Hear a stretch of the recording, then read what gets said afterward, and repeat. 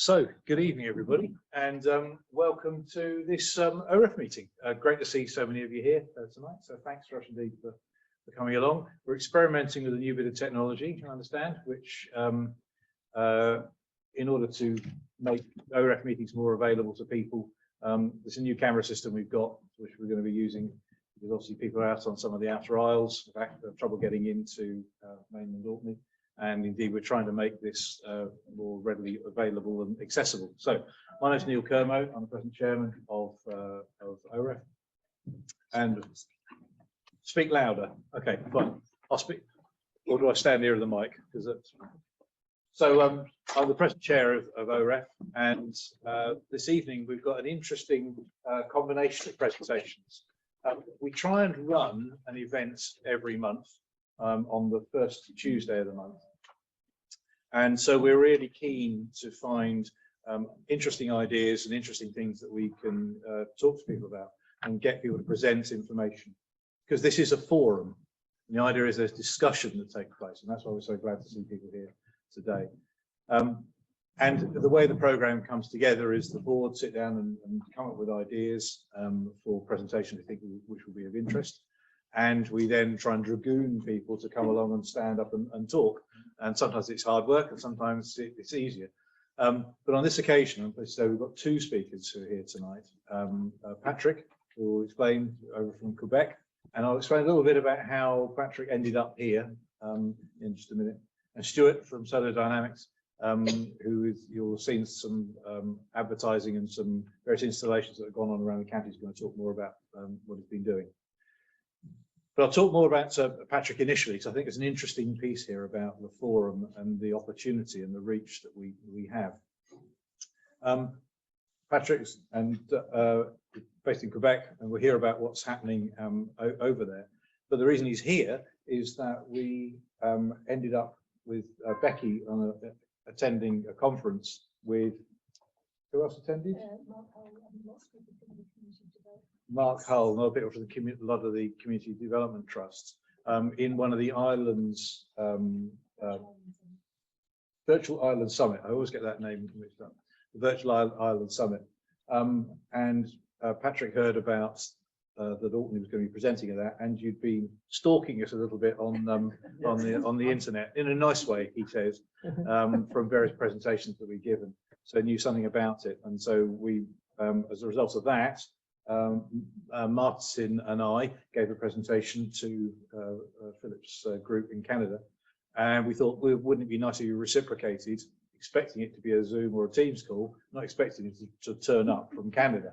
However, so we're very, very pleased to have Philip and his wife Claire here tonight.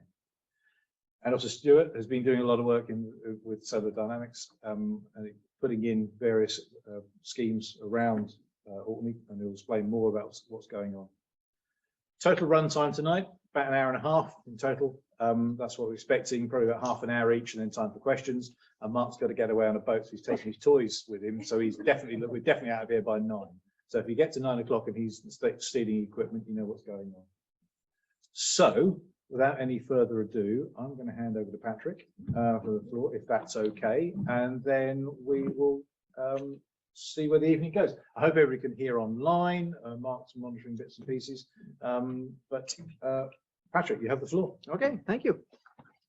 Okay, before I start, I saw a few people's come in, and I still have maple hard candies here for the ones who haven't got it yet. So I'm going to just leave the bag here, and just one, okay? And if there's missing, I got a whole bag there, but don't jump on it.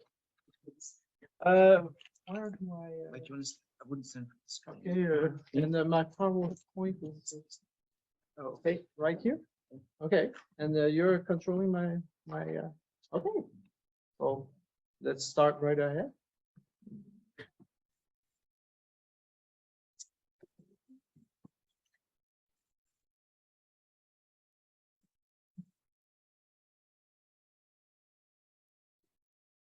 Just before we start, I just want to thank everyone of OREF for inviting me here. I wasn't supposed to come here at the first place. We were supposed to go in Europe cycling in the Scandinavian countries. That was our program. But we cycle on e-bikes. Okay, we're old, so we need a little bit of help. And there was a complication with the logistic of having the bikes over there, and it was getting too close at the date to leave. And we received the invitation to come here, and we decided to change our plan at the last minute. So we decided to come here in Orkney and stay 3 weeks in Scotland to visit your country. It's my first time. It's our first time in the UK. So we're very happy, and I'm really now a little bit more relaxed driving in the UK. Okay. So what's going on the other side of the pond? An overview of renewables in the province of Quebec. Next, okay. Oops, I think you jumped one. Okay, I'm gonna talk a little bit of me, my background, where I come from. I studied in a technical college in civil engineering. And when I finished school in '79, the first job I had was at the James Bay project. It was a big hydro project. They called it the project of the century. It was huge. I mean, we're talking thousands of people working out there. There was even English or UK firms. It was a very international thing. It was so big that they had to hire people from elsewhere to come and work at that place. That was my first job. 20 years old when I finished school. It was like really cool. I would flying helicopters, flying airplanes, beavers. I had a 4x4 and I had hair. So you can see a little bit, that's me with one of my friends, we were both hired there to work there. I was surveying on the transmission lines. That was my first real job with dealing with energy. That was pretty much it. Further down the road, next, thank you. Further down the road, I was hired by Hydro-Québec, and I was working on substation, construction sites on substations. My specialty is really that, and I was like a supervisor, inspector, call it what you want, and I would be there to really assure that everything was running smoothly in the site, because we were practically always working on live substations. Sometimes we were constructing new ones. It wasn't live, that was easier. But when you were working on live, like this one here, that's a 735 kV, well, you had to be really careful. So I was also responsible for security and relations with the contractor and the client that was managing the substation. So that's pretty much my career at Hydro-Québec. At the end, the last 10, 15 years, I accepted a job at in the office as a cost estimation estimator in cost estimation, project management, planification of substations always. So I finished my career at the office pretty much. I wanted to live my fatherhood, because the class, when we had our first daughter, I decided to stay home instead of going out somewhere in the remote area of Quebec and doing a construction site. That was the condition I was in when I was working in construction site. Was remote places. Next, please.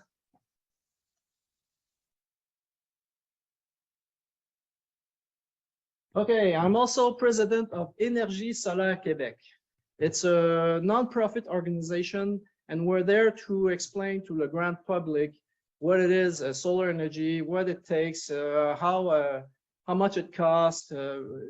We're there to educate people in solar energy. And what we do before COVID, what we used to do before COVID is we would visit sites of installation in the province.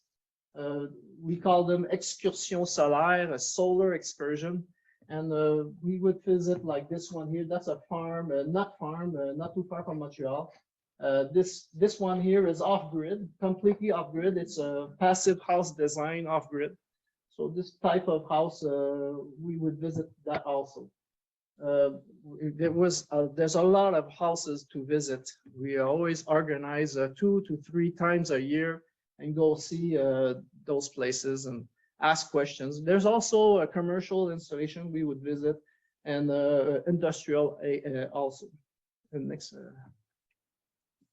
What I did also is I created this website that you can go there. The address is out there, and it's a directory of all the installers in the province. And when you click on, it's a Google map. So when you click on anything of the icons there, well, you're gonna see all his information. You see the information right there of the installer. So people can look around and find an installer in their region. And there's also consultants specialized in installation of solar energy. Next, please. Also, I'm not alone. Thank God, I'm not alone in this. There's all types of associations and also institutions, research centers in renewable energy. You have the Canadian Renewable Energy Association. That's the big guys. I call them like that because I'm in the little leagues, okay? Where really like Stuart here, where I'm in the little league, residential and small installation, commercial and industrial. Canadian Renewable is the big guys with the solar farms or solar wind farms and so on. After that, you got Occupé out there, the Quebec version of the Canadian Association, the same thing. It's the big players. After that, you have the University of Sherbrooke. They have a 1 megawatt installation for research, a megawatt installation, solar installation for research. All types of PVs, bifacial with the concentrators, all types. They're really doing research on that. And after that, you have the Énergie as another research center, and they're in the Gaspésie Peninsula near Magdalen Islands, and it's the same thing. They're really research center for wind and solar energy. And you have CanMet Energy.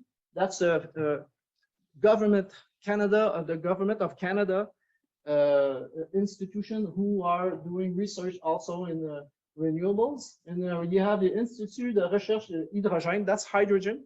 That's a University of Trois-Rivières, also they're in green hydrogen. And you have the Association of H2-Québec, green hydrogen. They're the big guys also. They're all the big companies who are in hydrogen. The hydrogen hype.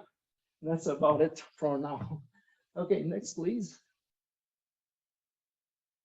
Okay, the province of Quebec, it's big. It's the biggest province in Canada. It's 1.5 million square kilometers.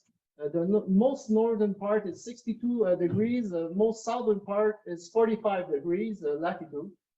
Quebec has one of the largest freshwater reserves on the planet, covering 12% of the surface of the province, and the 3% of Earth's renewable freshwater. We have a lot of freshwater. I mean, we drown in it. There's a lot of water everywhere. So that's why we have hydro. I mean, it's the main renewable it's like how do you say that? Inévitable in French. We're going hydro. That's why we're so much in hydro. Next, please. Okay, the population of Quebec is 1.5 million, mostly living on the south, along the St. Lawrence in the south of the province. That's where it's the warmest. That's about it. Okay, French is a common language spoken by the majority of the population. Anglo community is about 650,000. First Nations is 359,000. Quebec is founded on the Westminster system and is both a liberal democracy and a constitutional monarchy with parliamentary regime. So I think you're pretty much familiar with that. Election is single member plurality system uninominal. That's the same type of election I think you have here in Scotland and UK. It's more of a social democracy style government. We like to compare ourselves a lot with the Scandinavian countries. We're very into social democracy in Quebec. Everyone's always trying to be equal to each other. Well, it's hard in North America to be like that because we got the Americans down south who are not like that at all. So there's always a little bit tension there, but in general, it's pretty much a social democracy. Next, please. Okay, the economy is manufacturing and service sectors dominate the economy. Quebec is ranked 33rd largest economy in the world, just behind Norway. That's why we like to compare ourselves to the Scandinavians. It is also ranked the 21st largest OECD. The economy represents 20% of the total GDP of Canada. Export to UK is 2.6%, probably just maple syrup. And imports from UK is 7.9%, probably Scotch, cheddar, and I don't know what else. Next, please. Okay, now let's go into the main subject. I have a hard time trying to say that in English. Nationalization of electricity, how it all started. Well, it didn't start in Quebec. It started our next door neighbor on the west side, Ontario, in the 30s. They really started the movement there, and it spread it out in Canada. In 1939, there was a new prime minister in the province of Quebec, Adélard Godbout, who took power, and he was in favor of nationalization of electricity. In 1944, the 14th April of 1944, they adopted a law creating Hydro-Québec, and the next day, they took over Montreal Light, Heat and Power. That was the biggest one in the province, who was a private producer and distributor of electricity. The next day, took over the place. And what happened after that? In 1944, the same year, there was elections, and there was a new government that came in. There was Maurice Duplessis, and there was a Union Nationale. It was a conservative government. And what they did, Maurice Duplessis wasn't very keen in government intervention. So they stopped the campaigning of nationalization. And what they did instead is give the rural and municipalities the chance to do their own network, distribution network of electricity. So it's still a form of public owned systems, but it's not nationalization of production. It was still private. But now the municipalities and the co-ops, they were controlling at least the distribution of electricity, especially in rural areas where there weren't any electricity yet. So they were pushing to help all the regions in the rural regions. But that didn't stop Hydro-Québec from continuing to do hydro projects. They really they started in 1944 and never stopped doing hydro projects. From 1944 to 1962, they started at 616 megawatts, and in 1962 we were up to 3,661 megawatts of hydro projects done distributing in the province. Next, please. Okay, the second phase. That was the first phase. Second phase. The second phase, in 1960, a new government, the Liberal government came in. It was Jean Lesage, who gave the control to one of his ministers, who was called René Lévesque. For people who know René Lévesque, we won't go into that story, but he became prime minister a little bit further down the road. But René Lévesque, he was in charge of Hydro-Québec. And René Lévesque, he's the architect of the second phase of nationalization. He's the guy who really pushed it really, really hard. And Jean Lesage, the prime minister at that time, he wasn't very keen into nationalization. He said, I'm not sure, not sure. So they had a secret meeting in 1962, in September 1962, and they discussed, the whole cabinet discussed, are we going to do this? Okay. And they really discussed hard. They must have smoked a lot of cigars and drink a lot of scotch. And they, after that 2 days, they decided that they're going to go for it. What they did, only after 2 years in power, they decided to call an election. So this election was special. They didn't have to go there, but they did. They wanted to be sure that the population was in favor of this, because it's a lot of money buying all the companies. There was 11 of them. It's a lot of money, okay, in that time. So what they did is they called up the election, and it was like a form of referendum at the same time. If you vote for us, we're doing this.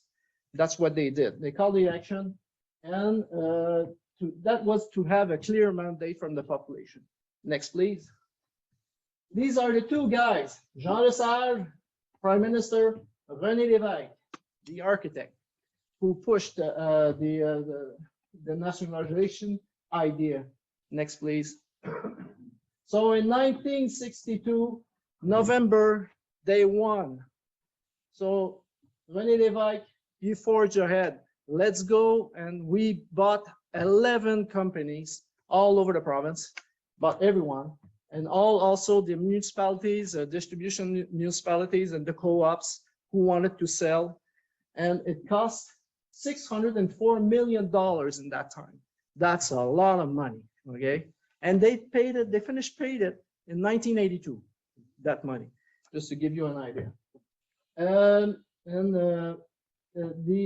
final deal, when it was all done, it was the 1st of May, 1963. So in 1963, the 1st of May, Hydro-Québec was the big producer in the province. There was just a few pockets of production because they were owned by companies like Alcan, the aluminum smelter. They had their dams, so they didn't want to sell nothing, so they kept that. And there was a few pockets of municipality who didn't want to sell also, but that's about it. There's only a few pockets like that. So what has brought the nationalization? What it has done for the provinces? We have a flat rate. Okay, you pay the same price anywhere in the province, even up there in the igloos, anywhere. Okay, it's all the same price. So that was the deal with the population. You pay the same price, even if that one over there costs more. We don't care. It's the same price for everyone. We're gonna subsidize the ones who it's too costly for him to have electricity there, and that's it. It's social democracy. That's really a good example of it. A very low cost. That's the other promise, was low cost. Okay, we're not there for profit. We're here to give a service to people, and so everyone has access to electricity. It's an essential service with more financial means also, because there's one company, they're racking in all the profits in one place, and all that money stays in the province, and it's not going somewhere else. It stays there and it's reinvested in the province. Hydro-Québec is very implicated socially and all kinds of programs to help the province grow. That's what I said. The province all invested. Okay, I think I'm good. Yeah. And we started with all that company. We can do big projects like James Bay, Manic. That's the dam right here, Manic site. We can do big projects because we can borrow money. I mean, we have this big asset sitting on it. It's hydro, so it's not even an issue to have money and to do projects like this. That's the other advantage when you're just one and you're big. Next, please. Okay, so today Hydro-Quebec, it's 61 hydro generating station, and it's 28 large reservoir. It's the capacity of the reservoirs are 176 terawatt hour. That's a big battery, okay? And we're ambitious in Quebec. We want to be the battery of the northern eastern of North America. We're just proposing to the Americans who are in renewables, when you don't know what to do with your solar or your wind, just send it all the energy up. We're gonna stop some turbines and stock up the water, so we're the battery for everyone. After that, there's 91 control structures, transmission and distribution lines. It's 262,000 kilometers. There's 533 substations. There's 15 cross-border interconnection. And we have a project that's coming in. It's a DC cable that's going to go down to New York City right there. It's leaving from Montreal, and it's a 545 kilometer DC, 1,250 megawatt. And like I said, we want to become the battery for North America on the eastern side. Next, please. What else Hydro-Quebec does? Well, they are installing massively charging station all over the province for EVs. 45% of EVs in Canada are in the province of Quebec. We have big subsidies in Quebec. It's $7,000, and we have a subsidy from the government of Canada of $5,000 to buy an EV. We have something like I think it's 3,600 public charging station, and there's another 4,000 private charging station, and we have 838 fast charging. But there's already old numbers because they're really pushing hard with the problem is, where I was talking to Garth here, the waiting list for EVs in Canada. Okay, it's in Canada. You can wait up to 2 years before having an EV. Yeah, and it's no joke. It's there's something really wrong happening in our province right now. It's a year and a half to 2 years. I mean, it's insane, completely insane. Next, please. This is another example what Hydro-Quebec does. They're helping to convert to heat pumps. I think they're pretty much in that game also here. Heat pumps, it's very efficient. You get 3 to 1. I mean, for 1 kilowatt, you get 3 kilowatts of heat at least. So it's very interesting to do these conversion, and they're helping financially to do the conversion. Next, please. Also, there's thermal storage. Thermal storage is beginning to happen in my province. I know that here, I've done a lot of research in UK, and you're really ahead in this. There's a lot of companies offering this type of a system, and they're very ahead compared to us. But it has started also, and there's a financial help also from Hydro-Quebec. Next, please. The other thing is HILO. HILO is a new program, and what it is an AI system. Install thermostats and stuff like that, intelligent things, and it's going to manage all your heating and electricity in the house, and it's connected with the grid and all that. They want to go into batteries also, but that's a little bit further down the road. But that's an example of the programs Hydro-Quebec does. Next, please. Okay, now we're gonna, what about solar and wind?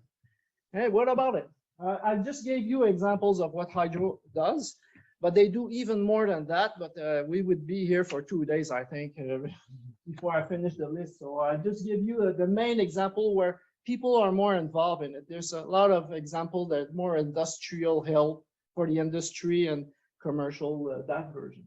Okay, what about solar and wind? Well, I just want to show you rapidly what we are doing in wind and solar. First, this one up left here, that's Raglan Mine. I want to talk about it because that impresses me. It's one of my friends who was engineered to do this. This is really a big feat because it's in permafrost. Okay, it's a they installed 3 megawatt wind turbines in permafrost at the latitude of 61 degrees. And it's there's polar bears out there. They have to have armed guards when they're working there because it's dangerous. You're a bait, okay? You're literally a bait. So it's a very special place to work. And the company Raglan Mine is a nickel mine, and they had a big issue with consuming hydrocarbons because the generator was a diesel generator. So to try to diminish the consumption, because it's very, very expensive to bring up oil out there. It's very high up north, and you cannot go there in the wintertime, just in the summer. So they installed these two things, and it's working very fine. It really fine. It surprised everyone how efficient it is up there in the north. So you can install wind turbines really anywhere. I mean, if you know what you're doing, no problem. This example here is a project of Hydro-Québec, and it's in the community Inuit up north, also at the 61st degree latitude. It's Quacktuck, and the same thing. The community out there, they have a generator for electricity, and the hydro, the same thing. It's very expensive to bring out oil out there for the generator. So they installed this 21 kilowatt solar, and they're saving something like 5,000 liters per year. And they have a 1 megawatt storage also, 1 megawatt hour storage. They're really testing the thing. This is what the Hydro-Québec is trying to do, is diminish the consumption of diesel in the communities that are off-grid. I'm going to talk about it a little bit further in the presentation. And after that, well, we're going to talk about this solar park and also the wind in general. Next, please. Okay, we'll start with wind farms. This is about the portrait of wind farms in Quebec right now. There's something like 3,879 megawatts. It's the biggest in Canada, the second biggest. The biggest is Ontario, where 30% of the country's total production in Quebec. But now, what's happening in Quebec is that wind farm. Oh, I got the sun there. Wind farm is getting more competitive with hydro.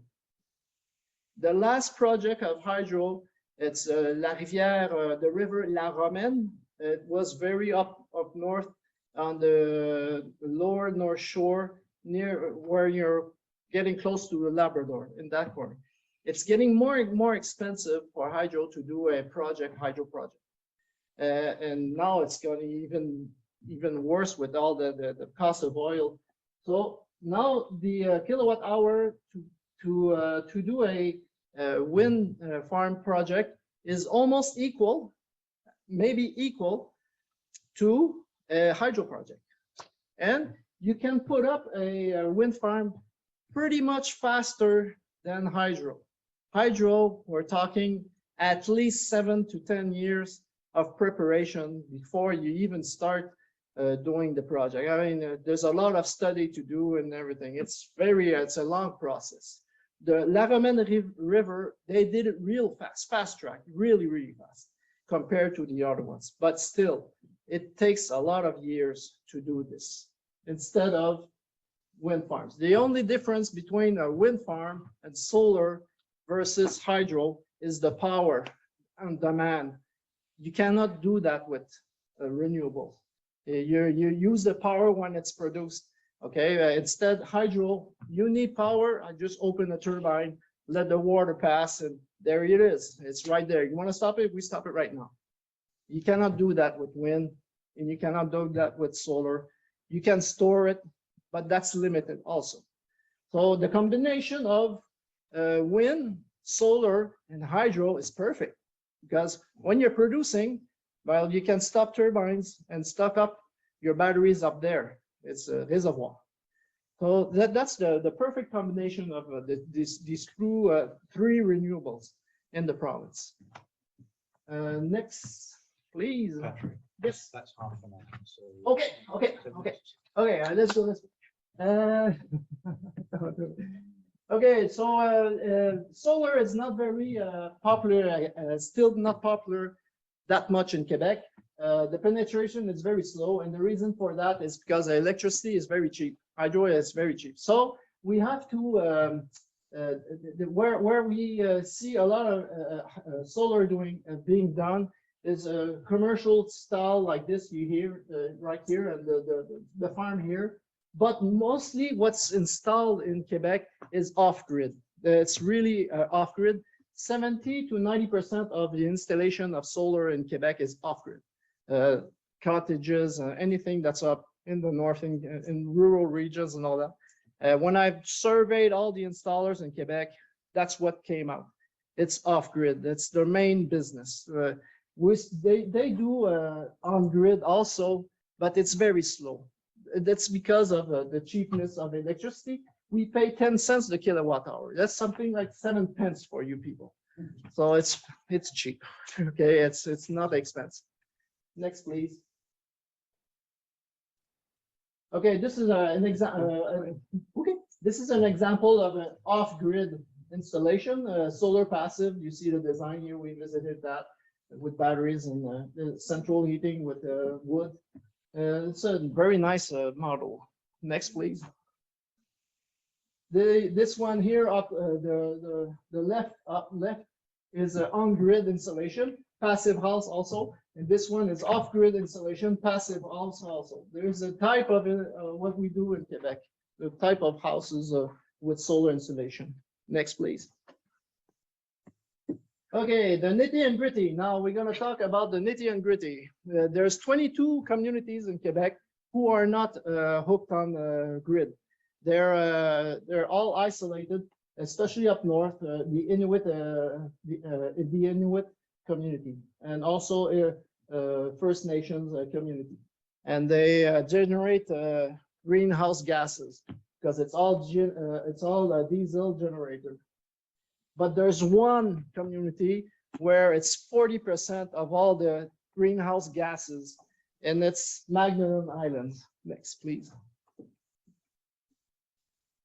Look at this. Doesn't remind you of something? That's your twin sister. Okay? Magdalen Islands are right in the middle of the Gulf of St. Lawrence. It's a nice place. Beautiful place also. It's a little bit more warm. It's warmer than here. No, it's warmer. Okay, the population is 14,000. In the summertime with tourism, it goes up to 75,000.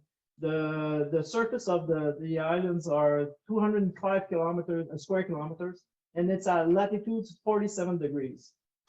Next, please. This is the monster that's on the island. It's a 67 megawatt generator, and it generates, like I said, 40% of all the green gas house. That's it.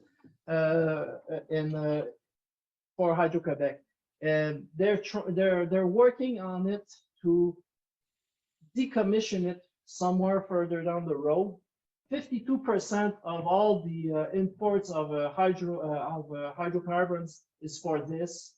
49% of 36% is for transport, and 12% is for heating. Because people out there, they heat with oil. The problem is that if they were heating with electricity, that thing would have problems at peak time in the winter time because it's very cold in the winter time, and it wouldn't be enough. So that's why hydro, they didn't want people heating with electricity. They wanted more. They're subsidizing oil, so they don't have to generate too much with that thing. Next, please. Okay, well, in the meantime, they install these two wind turbines. These two wind turbines are each 4 megawatt, and their efficiency went up to 52%. It's very windy out there, like you people here, and they reduced the greenhouse gases by 7,000 tons a year with these two. But nevertheless, even though we know that this is working, Hydro is going, next please, with this project instead. This project is a cable, sub cable. It's 80 megawatt and it's 225 kilometers long. This is what they want to do. They're not sure with the renewables. They're really not sure with it, and they're ready to invest a lot of money to do this. That's their solution for now. They have to present this at the regulatory because it's not officially approved, but it's almost approved. But there's a lot of people questioning this. Should we go there? Because it's a lot of money, and there's always risk. Especially when I learned that one of the new cable just faulted, and they're talking a new one, and they're talking to make a new one. That would be very expensive if that would happen here, really. So I'm not sure about it. Anyway, this is the solution for Hydro-Québec for now. Next, please. Okay, and this is this guy here. Why is he there? Well, I'm a subscriber of Fully Charged. And this is how I discovered you people, Orkney, when he started his series on Orkney. And I was at Hydro then in 2015 when he made his first program. And I looked at it and I said, oh my God, I have to talk to these people. My God, this is good. This is great. So I've done a lot of research. I was looking around on the internet and following you people. And I started to talk about it, and I wrote articles, and I went on CBC radio to explain what you're doing. I read the book of Laura Watts. Also, I really was into it to understand more and talk about it, even on my employer, who was Hydro-Québec at the time, but they were fixed on cable. So anyway, next picture, okay, this is what I meant when I was really learning about you people here.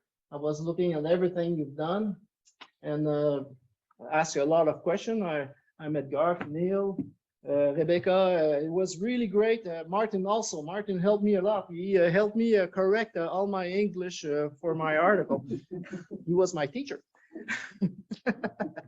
And that's next, please. Okay, why my interest for Orkney? Well, the way you tackle problems and your resilience of how you doing things, it's really fast. Even though Neil thinks it's not fast enough, I think it's going fast anyway. Everything seems to be well coordinated, but after talking with Neil and Martin, and I'm not sure anymore. You have a little bit issues with the regulatory people. Seems that right? It seems like that. There's a wide collaboration. What I found that there was a wide collaboration with public and the community. The community is really into it. That's what not really okay. Well, it seemed like that anyway. There's always people who are for, against, and anything. But in general, I saw that it was this dynamic happening more than elsewhere. How fast you're going with your initiative? Well, when I started to follow you at 2015 until now, it was very it went fast. All the hydrogen generating and the reflex program that started and all that. So it was happening stuff real fast. That's what impressed me a lot. That's why I wanted to write about it and talk about it to my province. And you're pretty much ahead in some domain with the rest of the world, like the EMEC Center. You're really ahead in some domain. And that's also what really interested me to see this. You're a small community. You're only 22,000, and you're doing something really impressive. That's what really interesting about it. Next. That's all, folks. Okay.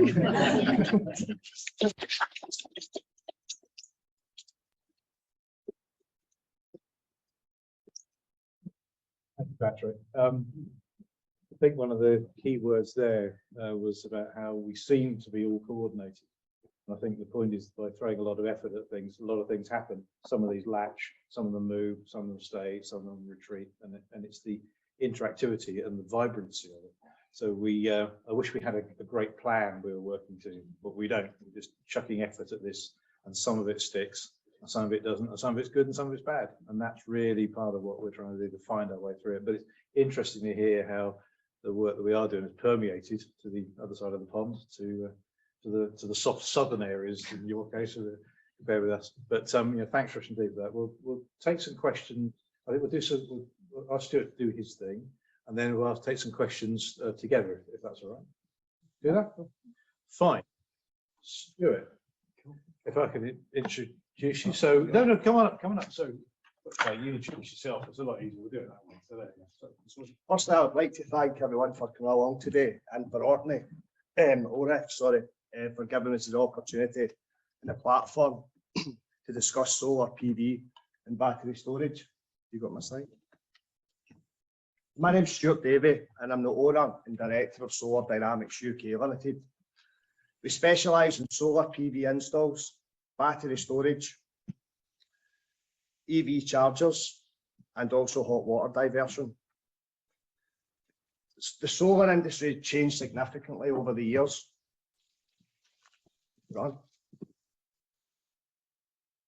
But we as a company and you as a consumer need to evolve. We need to educate and work together, because there's new technologies coming out on the market all the time, new products. And what we need to do is we need to educate ourselves in order to maximise the solar systems that we have, in order to buy less from the grid.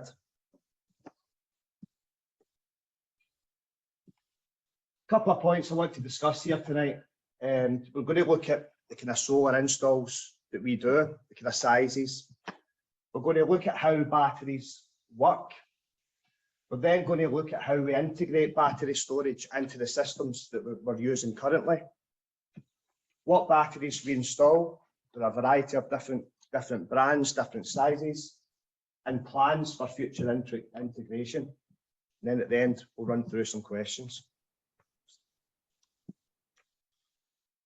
So Orkney is a kind of different beast for us.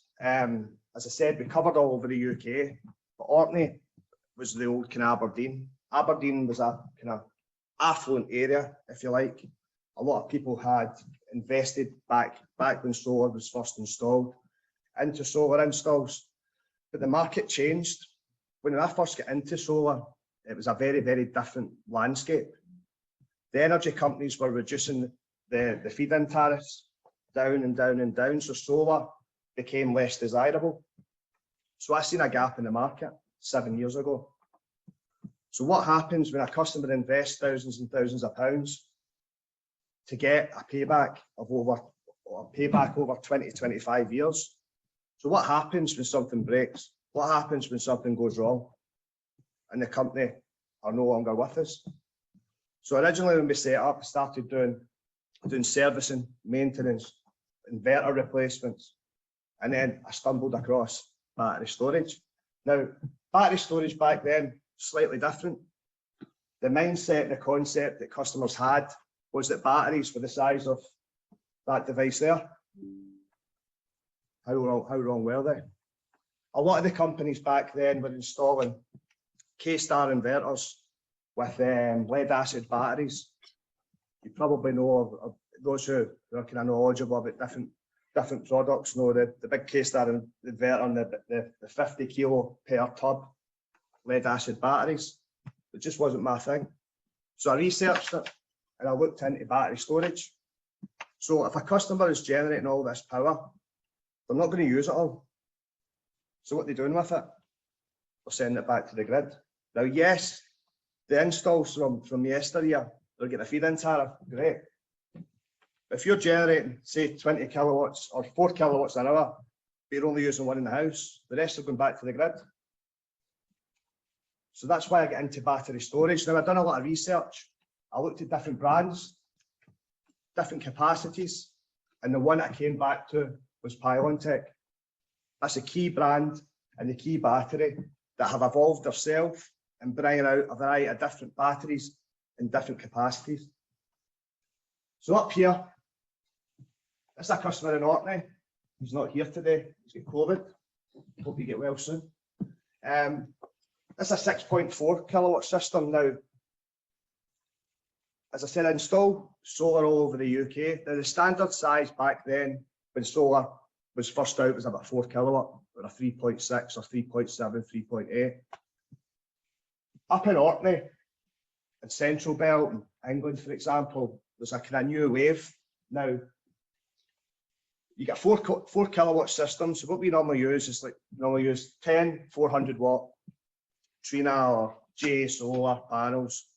These are black with a white backstrip. The actual solar inverter, now it can be a PV string inverter or it can be a hybrid. And then we have battery storage. Now this particular install, as I said, that's 6.4 kilowatt system. But it just depends on what the customer wants, what the requirements are. And here, I'm standing here as a business owner. Now I'm not here, yeah, I make my living off selling solar, but the satisfaction I get when customers tell me that their electricity bills went from £122 down to £22 and £20 of that's a standing charge. Makes sense. Next one, please.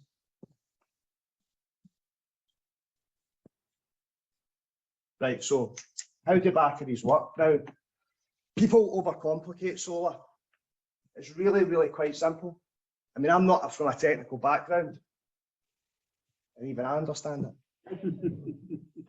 So the rule of thumb with solar is you've got solar, you've got batteries, you've got solar there, you've got the inverter, you've got batteries, you've got the house load, you've got the grid, right? So the rule of thumb, and this is the way I always explain it, is it takes the demand on the house would take it from the solar first.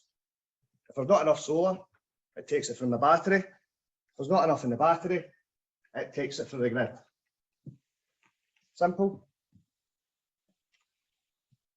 The problem that we have in the industry and across the board, and especially in Orkney, is export.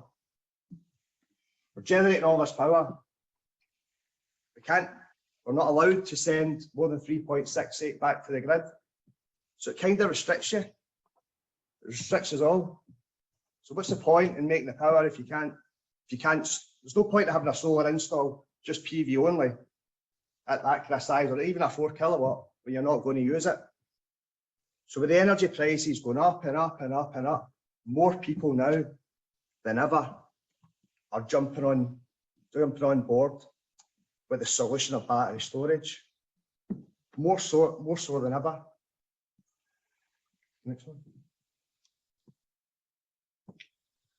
Right, so my go-to brand, and a lot of people's go-to brand, and I've seen people up here who have installed solar with local companies, we kind of end up using the same stuff.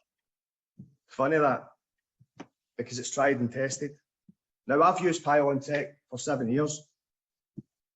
They started off in various different sizes, which I'll go into, but this particular one, so you've got a 6.4 solar system on the roof, 16 400 watt panels. You've got a Solus 3 kilowatt or a 3.6 hybrid inverter. Now you're probably wondering, why are you putting in a 3 kilowatt inverter with a 6.4 system? Well, a couple of reasons, if I'm honest. One, that the max DC input of the Solus inverter is 7 kilowatt. Two, probably most importantly, is the grid restrictions. That's a big thing. And I generally do feel for customers who are coming to me, right, who have got 6.4 systems or want more, they can't, unless they get authorization from the grid. It's a shame, because people are buying into solar. They're buying into it more than ever. Again, when we started back all those years ago, it was all service and maintenance, warranties. replacement inverters, batteries. And it's just evolving all the time. Now, the way that actually works, obviously if your solar panels on the roof, the hybrid inverter is probably a key part of the system. Now, for those of you that don't know what a hybrid inverter is, there's kind of two ways of doing battery storage. Now, some of these will have a PV system already installed. So how you could add batteries to that is you could keep your string inverter that you've got, whether it be an Aurora, an SMA, Sunny Boy, Gravot, Solace, string inverter, and have add an AC coupled charger to it. Or the new age way of doing it is with a hybrid, which does the part of the solar and the battery system. Now, if you can imagine that particular picture, the Solace inverter would normally go above. Power cables come from there, from the bottom of the inverter. The top one's normally the master. There's also a CAN cable, or a communication cable, that comes from the Solace inverter into the top battery, which is normally the master. You've got the BMS and interconnecting cables, the small ones, which connect each battery. And then you've got the live and the neutral connections all the way down, which connects the batteries into modules. All right. Next one.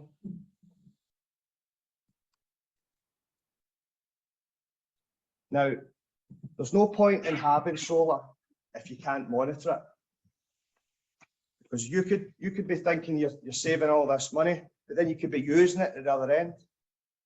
So there's various different ways a monitoring system. So a lot of customers will do it through a new one that I came across, and I think I'm fairly knowledgeable, was My Energy. Everyone loves My Energy. Well, most people love the My Energy app, and I'll be honest with you, it's a hell of a lot more accurate than some of the apps I've came across, and that's even from the manufacturers. So with the particular Solace apps, if we look at Solace or Solar Man, which seems to be the key ones, and on the inverter you can see this, so it kind of transfers onto your smart device, onto your phone.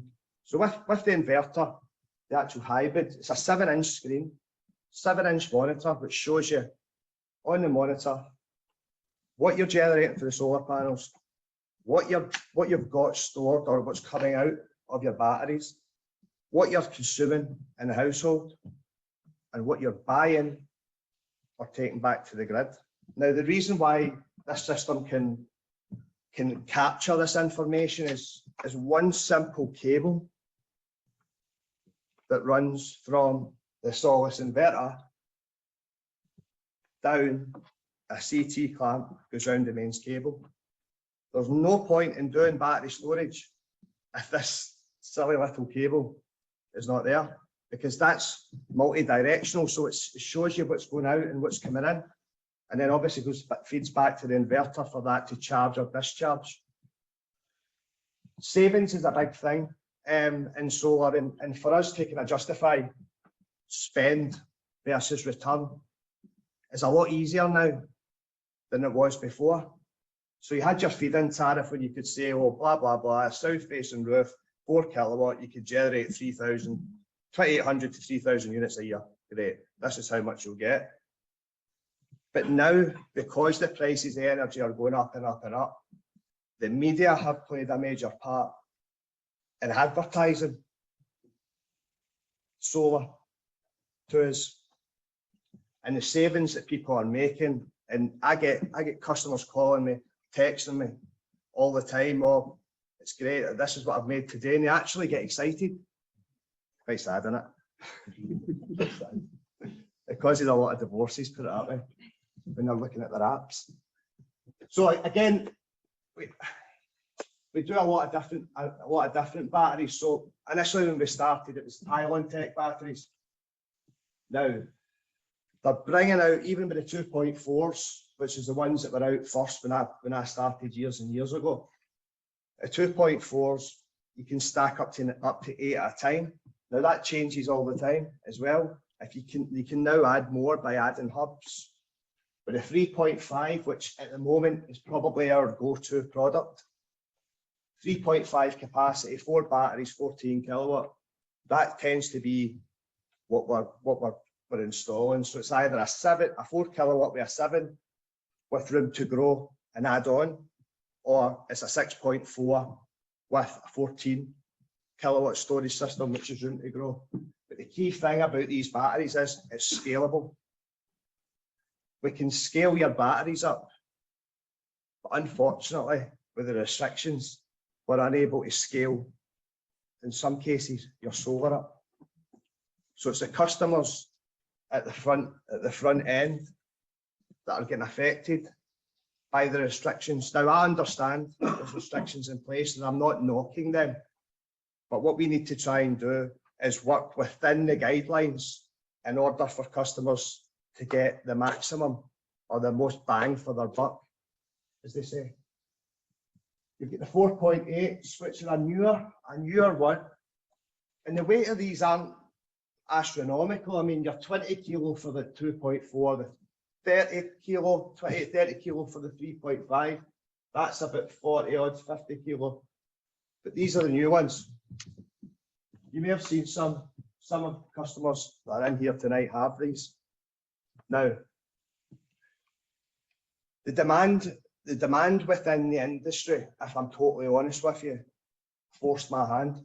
It forced my hand to use different batteries, but the demand was that bad at one point because of the war, because of COVID, because of that ship that was blocking a canal, a big canal, right enough, not just a wee one, but that affected what was coming into the country. So I was getting all of these orders. I want this, I want that, I want that. And I was having to run around all over the country to try and facilitate that customer and facilitate the order. But then I came across the Pylon Tech L2 Force batteries. Now these are a little bit different, right? So with your standard traditional batteries, you can stack them. And you're limited. With these ones, you have the BMU, the black bit, on the top of the battery management unit, and you can either stack it in 2, 3, or 4. You can't have one, so it limits you. So if our customers want to try one battery, then you're going to say, well, I'm sorry, but you're going to need to buy 2 because it can't work. Or if there's none others available, then they'll put these ones in. But these look aesthetically, they look the part. They don't look like your video recorders sitting in the corner. But it's not about appearance, right? It's a performance. But these particular models for us were very, very popular. But again, with the demand, can't get them. So again, it forces the hand of companies in the industry to, one, put their prices up, which I don't do. And everybody here don't know, I charge everybody the same.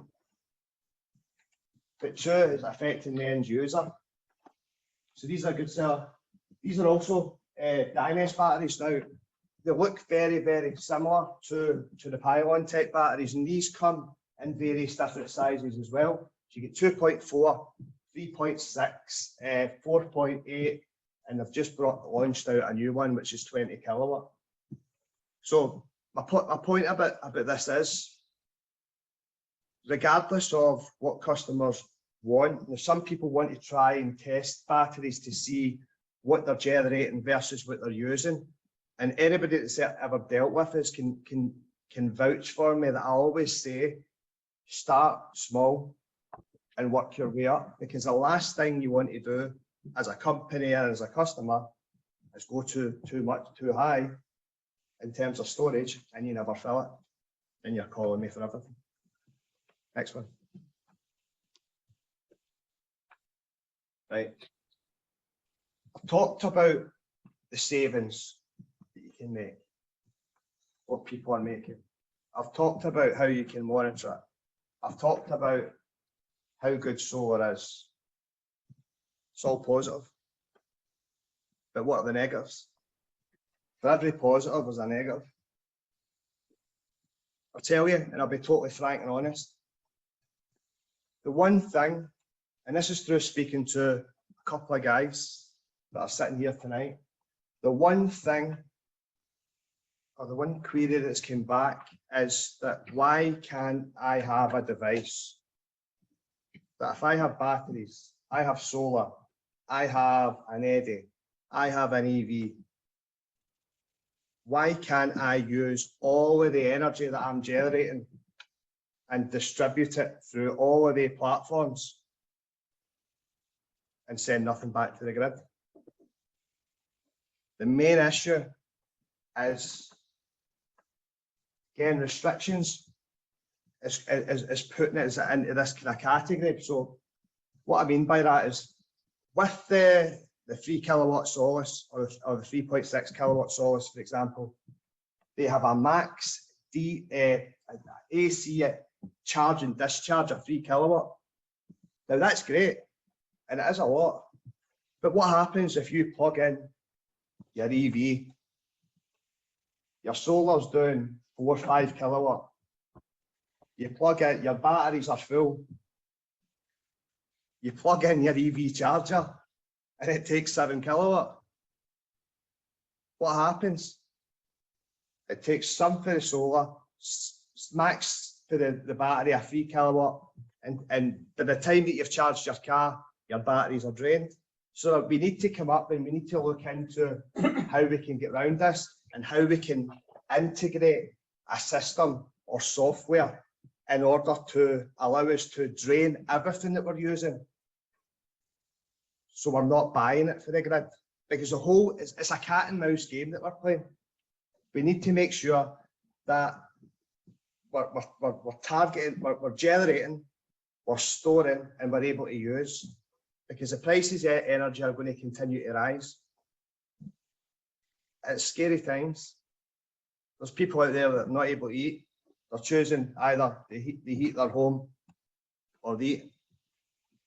So we need to try and educate people, and there needs to be some extra funding, not just for a selfish point of view, but for a moral point of view. There needs to be funding to get more people involved, in solar. I heard a crazy stat. Now, somebody can correct me if I'm wrong. Orkney's 22,000 people, roughly.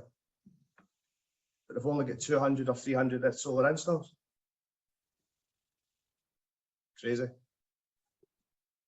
But the only way that we're going to educate people, and this is what I like about Orkney, being classed as an incomer, there's a lot of obstacles to climb to get here. But we need, what I like about it is that it's more of a community, and this shows it. So that the word needs to spread on all these different, and it's not just about my company, there's other people that do different services like sun amp batteries, wind turbines, and about integrating for solar and planning for the future. If you could get a system up here for wind that'll withstand the weather, even a 2 kilowatt, your solar will generate during the day, the wind will keep topping up the batteries.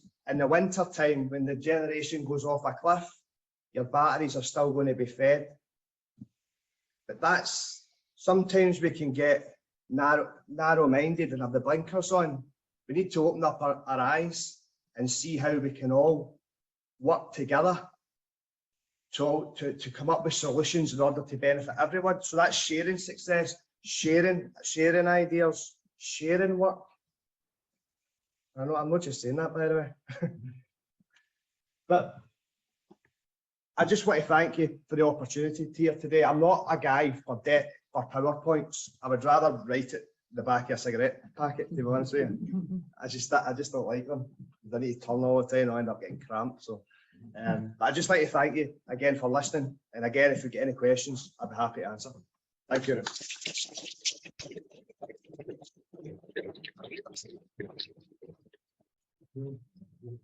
Yeah, that's great. Thank you for that, Stuart. I saw there were a couple of questions that came in that flashed up, Mark. Can you see them on Teams? I think Matthew was asking one. I recognise his email address. Where did you get your teeth done? So it's a question there for Where else have we got? There's one. Patrick, where are we? Yeah, so one for Patrick, first of all then. Patrick, how's Quebec? Sorry, get off. Quebec's doing fine. Yeah, thank you. That was a short answer. There you go. Right. So this is from Jonathan Sotherington. So Patrick, how has Quebec avoided the stop-start renewables ecosystem we suffer from in the UK, and avoided the approach of Ofgem, our regulator, which is tilted to the needs of our largest population zones? In other words, how is it that, do you have a different system which is encouraging this dispersed activity, or just focusing very much on Montreal as your? No, Please. okay. Who's the person? Jonathan. Hi, Jonathan. We have la Régie de l'Énergie. It's the regulator in Quebec, and everything that's proposed by anyone who is in energy the energy production, or like oil, gas, or electricity, hydro, they have to go through that, and it's a very transparent process.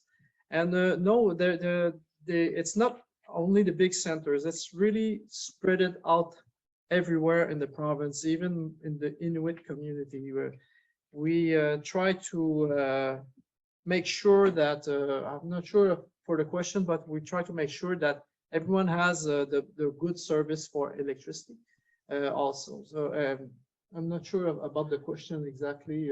It's really whether the regulator Okay. is being even-handed between the rural communities and the urban communities. No, it's very neutral. It's Okay. very objective and neutral. Some people are maybe in my province will say that not always. Well, we can discuss about it for a long time. But I to have participated a few times at the regulatory. It's a very well-disciplined process, and it's a very transparent process also.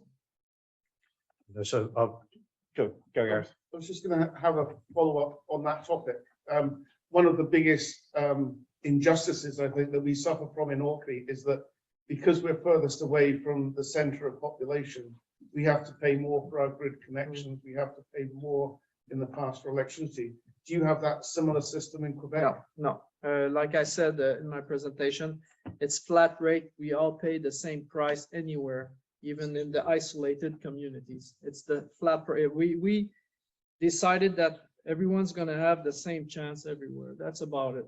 Okay. And for the generators as well? For the generators as well. Okay. There's no distinction of how we produce the electricity. It's the price. That's it. There was also an interesting point that came up over dinner. We were talking earlier about the way you sort of talked about the regulatory forum that you have that's convened by the regulator, and the big companies contribute to those, but the small people get paid to actually go along to these events. Exactly. to provide their input. The big companies pays us to be there. It's an obligation. It's the law. And that the Régie de l'Énergie, because I'm a non-profit, I'm not a company, and I'm a neutral organization. I don't represent interests or something like that. I'm just there to make sure that the process is okay and it's going to be fine for everyone. So we are there to ask questions and propose also some stuff at the regulatory. So all the non-profits organization, they're paid by the big guys to be there because they're obligated to do that. Interesting. Jim, there you go. Obviously, Quebec is a joined-up system. You think the United Kingdom is a joined-up system, actually, on how we're going to meet the demands of the future? When you say joined up, exactly what you mean? I listened the other day to the climate program, and just before that on the news, we have a water shortage in England and southern Scotland, and then we were speaking to the aircraft industry, and they're going to use hydrogen, green hydrogen. Yeah. So how does it all fit together? Yeah. Britain, in my opinion, needs to sit down and work out what we're going to do, whether it's tidal, wind, and have a strategy and move forward with that strategy. Yeah, Because at the minute, it's all over the place, not like Quebec. yeah. Well, I can. Yeah, you have a go and Okay. I'll jump in. Okay, I'm gonna give you the last call to tender that's been just closed up 2 weeks ago in Quebec. We have Hydro-Québec opened a call to tender for another 780 megawatts of energy in renewables. It was strictly renewable. So when we talk renewables, it's wind, solar, it could small hydro, because under 50 megawatts, it can be private hydro, only under 50 megawatts. I think it's still that, I'm not pretty sure of it. And what happened, okay, all the producers are private, but the call to tender, the way it's established, is that you have to be partner with a community where you're going to do your wind farm or your solar farm or your hydro or whatever, as long as it's renewable. So and what I've learned just before I left for Scotland, Hydro-Québec jumped in as a partnership with 2 projects of a community in the Gaspésie Peninsula in that region. So that means that hydro is open now with partnering with private sector and communities to produce with renewables. But it's only production, okay? Hydro-Québec is always going to be the main conductor for the network, the grid. You're always going to be the one who's going to manage that. But now they open the door for production from the private sector. But the private sector, they have to be with the community. Thanks, Patrick. Just going on that point, Jim, you're right. We do need to have a strategy that covers all of this, because it's crazy that there's so much going on in different places that it is not joined up. I mean, one of the advantages I think Orkney has been able to offer quite often has been able to try and follow government policy and show how the gears crash sometimes. Should we be doing this? Should we be doing that? And so often we find that some of the policies that are being implemented just don't work. So Gareth and I gave a presentation to Ofgem probably a month or 6 weeks ago. And that came about through a conversation through Laura Watts and one of her students, Silva, who works at Ofgem. And we managed to get in front of Ofgem staff, and we got to about 100 or so of the Ofgem staff and explained what was going on in Orkney. And we had a whole lot of questions came back afterwards. They had no idea what was going on. And the point is, if they don't know, they can't regulate for the conditions that we face. And we face a lot of the conditions that the rest of the UK is going to face with the preponderance of renewables we've got at the moment. So we think what we're doing at the moment is useful, not only for the benefit of the community now, but also pathfinding your way through this. Because some of this stuff just doesn't work as you expect. And is hydrogen a good thing to do for aircraft? Yes or no? Well, we've got to go and try and find out, see what works. So I think you're absolutely right about strategy. We're a great believer in it. And also it'd be really useful if we could at least articulate what the strategies are, so that you can then see whether they actually fit together. And it's always something of a surprise to me that even locally, there isn't frankly, a register of all the strategies to which we're signed up. It strikes as madness. Gareth, and then I'm going to take the next question on the table. Just to follow up, I mean, Jim's made a great point there, and OREF actually, and a number of people contributed to that. We've prepared a draft action plan which looks across the spectrum of energy issues, and that's something actually as a team, as OREF, we should maybe bring out to the public and have some events now. It was produced when we were still in the Omicron zone, there's such a thing, but that I think would be something that would begin to look at some of the issues that we're talking about here. Check the solidity of it and the sense of it all. Take another question in here from, no, you're not getting away from this one. And then there's one for you in a minute. So this is from Robert Leslie. Patrick, you seem to suggest that a nationalised system isn't a quick mover, although it appears to bring cheap electricity in Quebec as fuel poverty level at only 7%, compared with what could be 50% or more in Orkney in January. On balance, would he recommend nationalisation for the latter reason, if Scotland could figure out how to keep innovation to the fore?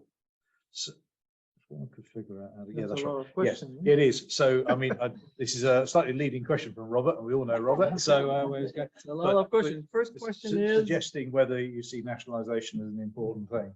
yes, it is. For me, it is. Okay, that's my personal opinion. Okay, I'm not here to do a campaign on nationalization, not at all. Just explaining why we did it, and there's more benefit for us. Okay, in Quebec, there was more benefits of doing this than not doing this. Of course, nothing is perfect. Okay, when you're really big, it's like this big elephant in the room, and you're trying to squeeze in. Okay, because hydro really took a lot of space, and it hindered a little. It slowed down like solar. It's slowing down solar for. They're not doing this. They're not doing this on purpose. Okay, it's just because the way they're conducting themselves, it's not very encouraging. The penetration of solar. It's an example I'm giving, especially for the on-grid version, because off-grid, it's another story, and it's really going fine. It's doing fine in the province. But that's an example of the downside of something that's all there in the room. Okay. The other question was. It was I think it was. It's really about. Sorry, it's there about. If Scotland could figure out how to keep the innovation to the fore. I'm not quite sure how the phrasing on that was. Okay. Well, for innovation, Hydro-Québec is really in forefront of innovation. We have this big international research center near Montreal. It's called IREC, and they're really into it in innovation. Really, they're the first one who developed the lithium battery. Okay, the polymer lithium battery is pretty much the first one who has done it, and they collaborate a lot internationally in the research for a lot of stuff. I mean, really a lot of stuff. Now they're really pushing on the solid state battery. That's the next big thing for cars. Thank you. Okay. Okay. I'm going to ask Stuart. There's a chair there if you want to sit down. You find some. So Stuart, a couple of questions for you from Matthew. First one, have Solar Dynamix installed PV on any homes in Orkney with THTC meters? So that's the total heating, total control meters. Not yet. I don't believe. I'm not 100% sure on that. Okay, so get back to him. I'll find out. I'll get back. Okay, so and I'm not sure whether you can pick that up on the audio, so I'm going to revoice it. So you don't think so at the moment, but you're going to look into it and find out and let us know. That'd be great. That's one. And the second question Matthew was asking was, do you need to use an accredited installer to be eligible to be paid for the electricity produced from PV that goes to the grid? Yes, you do. Basically, MCS, when solar first started, you needed to be MCS accredited to either get the feed-in tariff. Now then, a lot of the companies then brought out for export, they need to be accredited for MCS, but only pay minimum, like export at 3.68 anyway. So the answer is yes, you do. But we aren't. I didn't go for the accreditation. We don't need to. There wasn't any. The pros is a paper exercise, obviously, as you know, and it's not something that I ever looked into to do. But to answer his question, you would need that to claim back. Jonathan, at the back. I did look at the feed-in tariff, and basically it's not worth it, in my opinion. Yeah. What nickel you get per kilowatt hour, or what you are actually doing from the grid, especially if you've got batteries. Yeah. It's just not worth it. I think that's why a lot of people are not just from my point of view, but customers aren't wanting to send any back to the grid. That's the impression I get. They're saying I don't care about any feed-in tariff, export tariffs. I want to capture everything because the less I give back to the grid, the better. And that's why there's not really been any reason for us to look into it. But maybe if things change, I'll need to. Okay. But isn't the problem with Scottish government's subsidies? You have to use it. That's correct. And to be honest, I've lost out in a few deals up here But, and they only give you a certain amount, if I'm right, I think they give you £5,000, £5,000 to the battery, or vice versa. But the customers that are asking are few or far between. And most customers aren't wanting to get themselves into any debt, whether it's an interest-free loan or whatever. They would rather have the money stored away. And that's what I would always advise. Don't get yourself into debt for solar, guys. Yeah, I So- have a question. Well, there's about 2 or 3 hands have Oh, gone up, okay.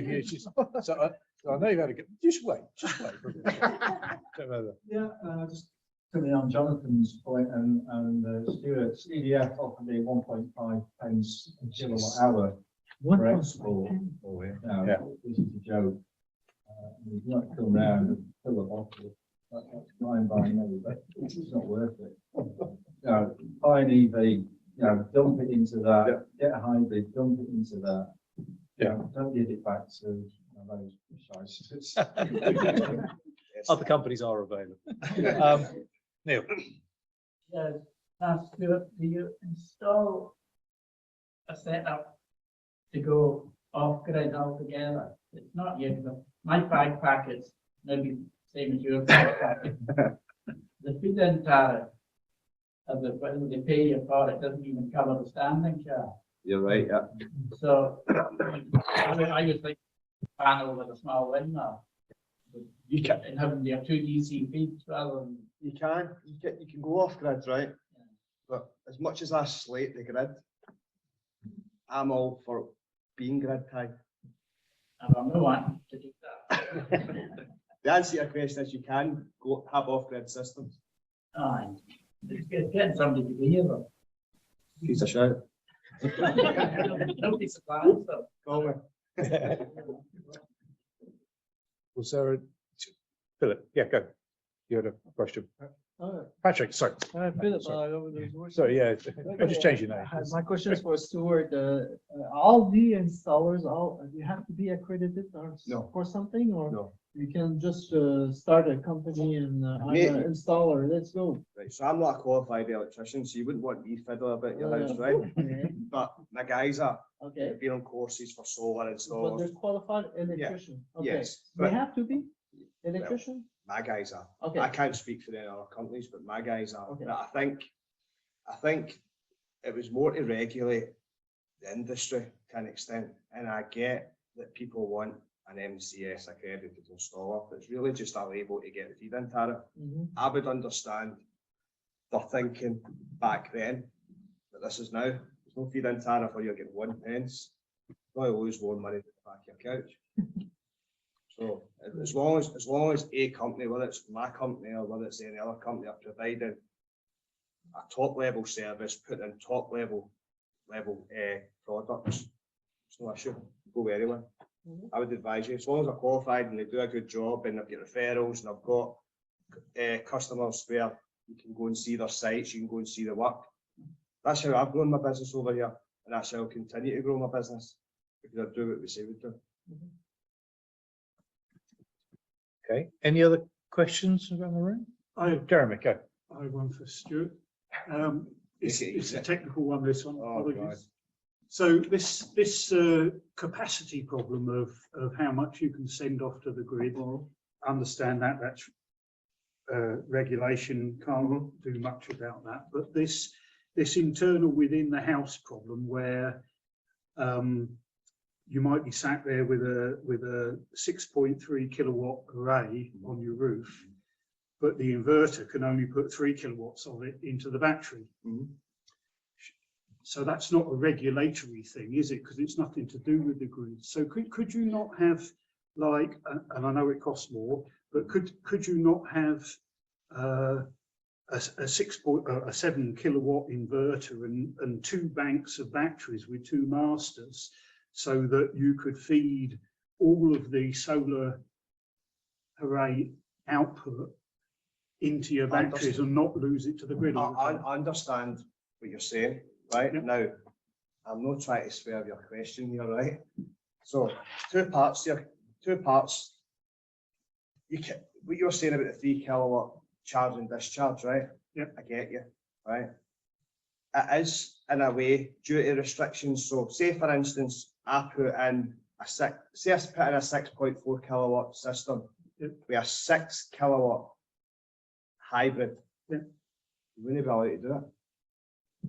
Sorry. You wouldn't be allowed to do it. But you must, But then can it you could- not buy a piece of kit that restricts the output to the grid?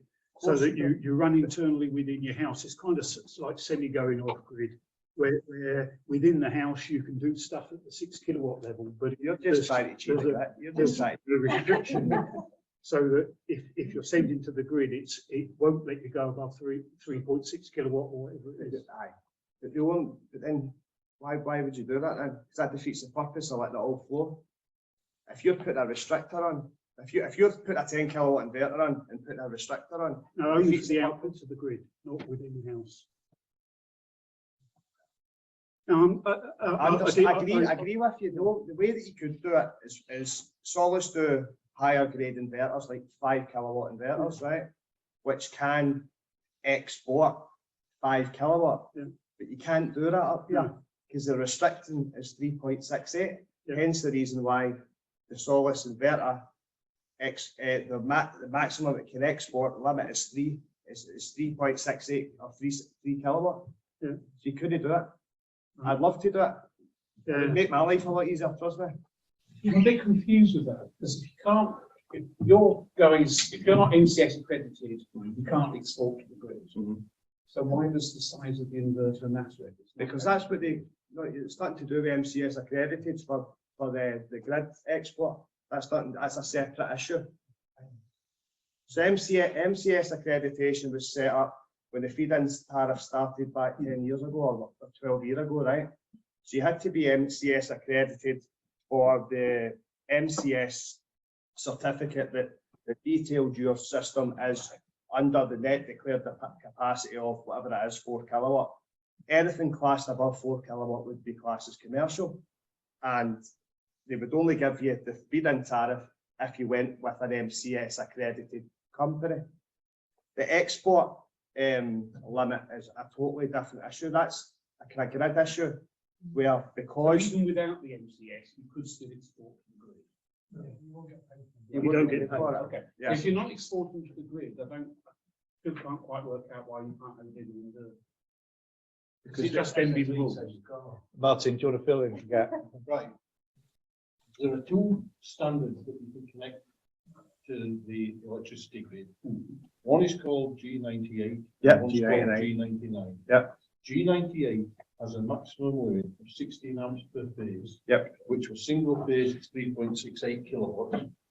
And you can connect that and tell the DNO that you've connected, but to do it within 28 or 30 days. I can't remember the numbers. And that's what required. Okay. If you want to connect a bigger one, you've got to connect it to the G99. Yeah. You can do that only after you have approached the DNO. Yeah. And the DNO have given you permission to make that connection. So if you wanted to connect a 10 kilowatt PV array in Inverness and you wrote to the DNO and they checked their local network and said, yes, it's okay, you can connect 10 kilowatts in Inverness at that particular address, you could do it right now. If you live in Orkney, Shetland, the Western Isles, or the Isle of Skye, I think Mull as well probably, but I'm not sure of the exact details, the DNO will say there isn't sufficient network capacity and will say, no, you can't make that connection. That's the end of it. It's because the DNO have decided that in Orkney and lots of other places, that the network capacity is not there, and therefore they will say no to a G99 connection. There are situations which don't really know how it works up here. We're still dealing with the grid. There's a couple of installs that we've done where it's added to separate systems. So my girl works with the grid, work to do some different things. Down the road, I've came across companies who are putting 15 kilowatt systems, right? No get any DNO application. They get caught out, and what's happened is the DNO have then they've submitted the paperwork in a hurry, and then they've said if we put an export limitation, then it'll go ahead. Up here, up in Orkney, and again, I'm not slagging off that. I understand why there's these rules in place, right? And it's important that they're in place, so there will be having power cuts, right? But there needs to be solutions, and people are wanting, like yourself, Jeremy, you're wanting to use all that energy. You're wanting, if you need 5 kilowatt, you're wanting to take the 5 kilowatt.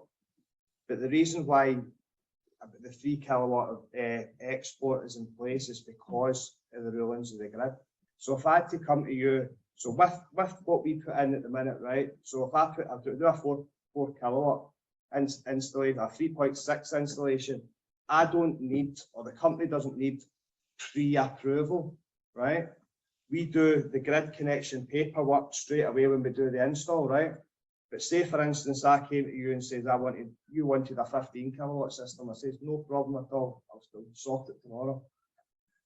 I wouldn't be able to do it because you need pre-authorization, which they're more than likely going to say no to. Could I make Martin, another point? yeah, go ahead. And then Neil. 3.68 kilowatts is the inverter size that's connected to the AC network. Yeah. There's nothing to Only stop. one as well. You're only allowed one. Well, okay, but the 3.68 kilowatts is the limit. Yeah. You are allowed to put more than 3.68 kilowatts of PV panels onto that inverter. So it's Like quite that. legal to put 3.68 kilowatt inverter. Yeah. And 6.4 kilowatt solar PV array. And what the guys are doing here is they're saying we'll export up to 3.68 kilowatts, but if we can't fill the battery with the surplus, we'll just have to throw it away basically. Yeah. You hopefully size your batteries so that you're filling your batteries up 100%. without wasting anything. That's the key now. But unfortunately, like when you're sizing the batteries up, let's say for instance you start with a 4 kilowatt system and we put in 7 kilowatt storage, right? Now we've had beautiful weather. It was nice weather today.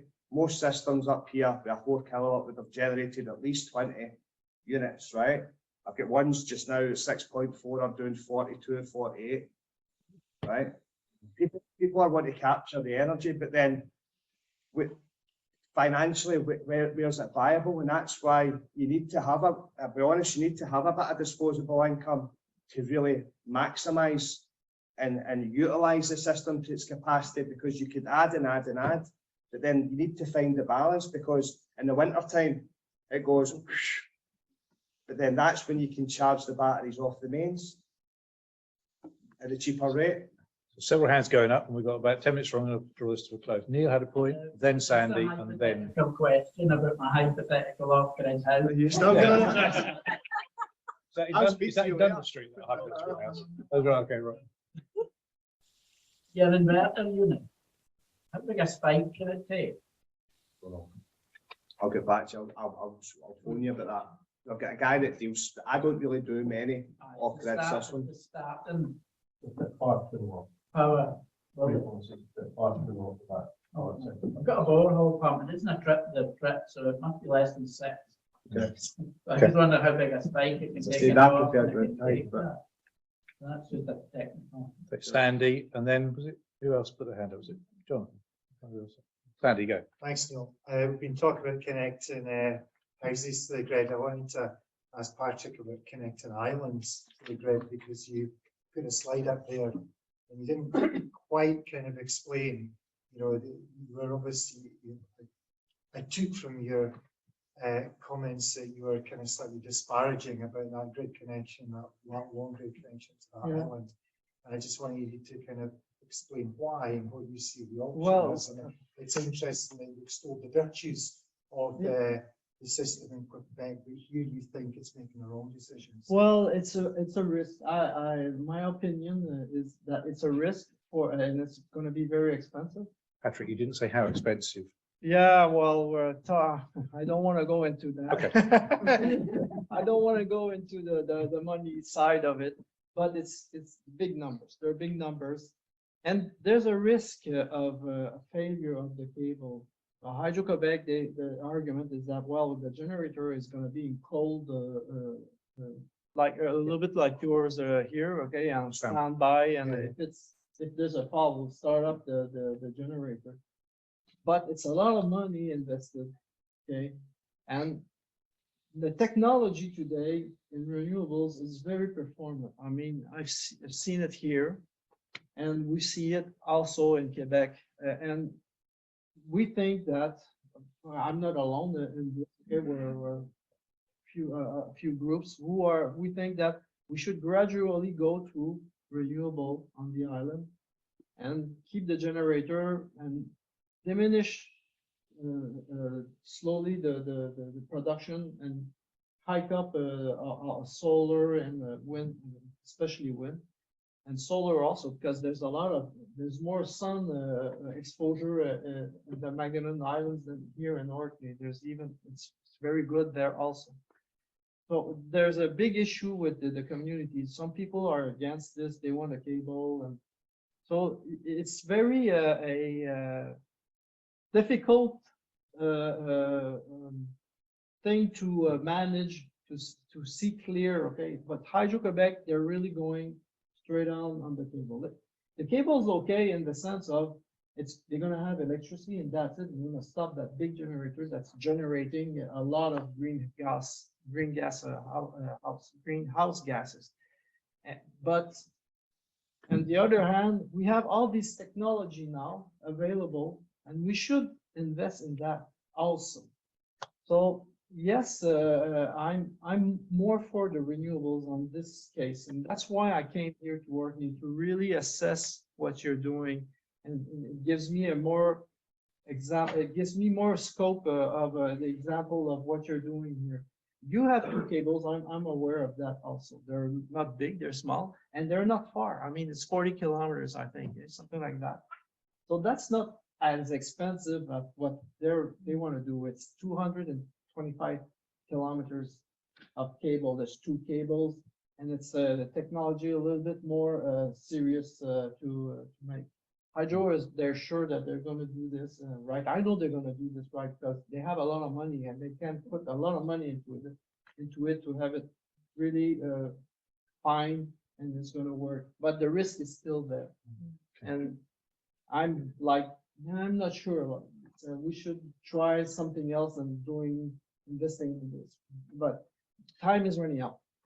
Okay, we're going to read Gareth, and then Jonathan's going to get the last question. Gareth. Yeah, so just kind of going on this thread, you mentioned 225 kilometers, say our cable's 40 kilometers. Your challenge is about 10 times our challenge. That cable was about 50 million pounds, so 10 times that's 500 million pounds.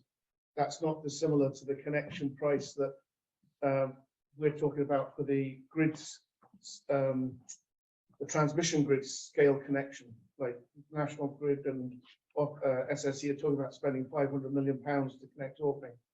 So I guess my question, maybe it's to all of us, is given what we've heard, would we be better actually investing that in building storage capacity here?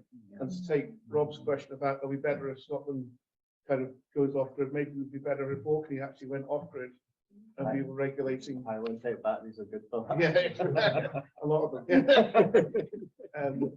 So that seems to me to be Good question. the way we're going. Working within the system is just getting harder and harder, and I just wonder whether we need to kind of. Jonathan, last word. Do they have the same grid balancing issues that we have in the UK? So I know you've got a lot of hydro, but are you looking at things like vehicle to grid and people will try and balance the grid with EVs? Yeah, well, they're just starting to do it. There's a laboratory in Shawinigan, hydro laboratory, and they built two houses with all those renewable systems and also vehicle to grid. So they're really into it and they're studying the thing, but it's not widespread. They're looking, it's coming, but not right now. There's do you have like curtailment issues, or you have to turn off renewables? No, not our that the beauty of, like I was explaining, the beauty of having wind farms and solar in the place where you're generating with hydro is that when the wind is really blowing and there's a lot of production, we can close up the curtailment will be at hydro level. That's so you just turn off the valve and the turbine stop, and we're filling up the battery. So that's the beauty of having it's the perfect place for renewables in Quebec for the three of them. It's a good combination. So holiday to Quebec then. That sounds like the plan. Okay, we'll be there. We'll come and get our own back. So There's a lot of maple syrup. so You're on commission for these. so I'm going to draw this to a close and say, look, thank you very much indeed to both Patrick and Stuart this evening. It's been very interesting to hear so many bits and pieces. These are the start of conversations, as we were saying earlier. There's a lot of stuff we need to work out. We don't necessarily have all the solutions, and we don't have everything. Oh wow, we don't have everything lined up, and we're doing the best we can based on what we know, based on what we've discussed. And the point is, if we discuss more or know more, we'll find a better way through it. So I'd really do urge you to say thank you for coming on tonight.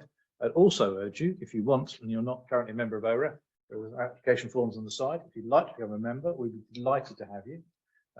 It's £10 a year as an introductory offer on this at the moment. If you'd like to take that, I'd be really grateful. We normally ask people to make a donation on their way out if they're so moved, to really cover some of the costs of like hiring the room tonight and things like that. But I'd really like to say thank you all very much indeed for coming. You get the prize for the longest distance, I think, so far. I think there's probably, yeah, pretty much. Okay. So if anyone wants to try and beat Quebec, you know, that's it's out there on the big wide internet world. So really just to say, if we put our hands together and just say thank you very much indeed to our presenters tonight.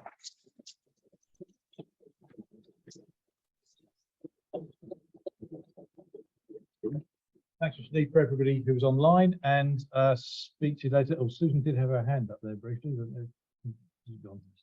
Oh, there's clapping. There we go. Excellent. One other small piece of, or a couple of bits of parish notices. There'll be another meeting this time next month.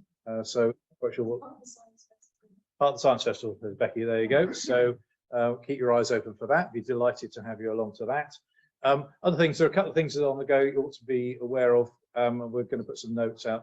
One, OREF is really driving to try and use renewables preferentially and energy efficiency. One of those energy efficiency items is in transport, and there's some information there's some interesting ideas happening at the moment about things like lift sharing, and we've got some information which we're going to put up on the website about that, is to encourage people to find ways to operate cooperatively with some bits of transport. So that's one piece that's on the go. Second thing is, according to work that was done by Aquaterra as part of the Reflex project in the energy audit, 14% of our emissions are actually from the ferries that come to Orkney, the inter-county ferries, and 1.5% is our inter-island ferries. And there is a consultation out at the moment, but from one of the Scottish Government committees, about what should be happening with the ferries. Now, principally, it's aimed at the ferries south of here, with CalMac providing ferries, but I think there's an opportunity for us to make comment back on this about what we should be doing, because we know we're going to have to decarbonise our ferries. That is not optional. They will not be running on fossilised coal one day. They'll be running on other sort of fossilised oil, be running other stuff.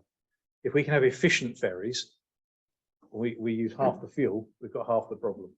So the point is, there's an opportunity to provide input to this consultation. We'll put something up on the website shortly, but if you do want to put your own individual contributions in, weight of numbers will sway the way things move and the speed with which things move. So please, if you feel moved, do put your 2 eggs into this consultation, which will be out in a minute. That's all I'm going to say tonight. Safe trip home, everybody, hopefully in your electric cars, and see you next month. Okay, thanks, bye everybody.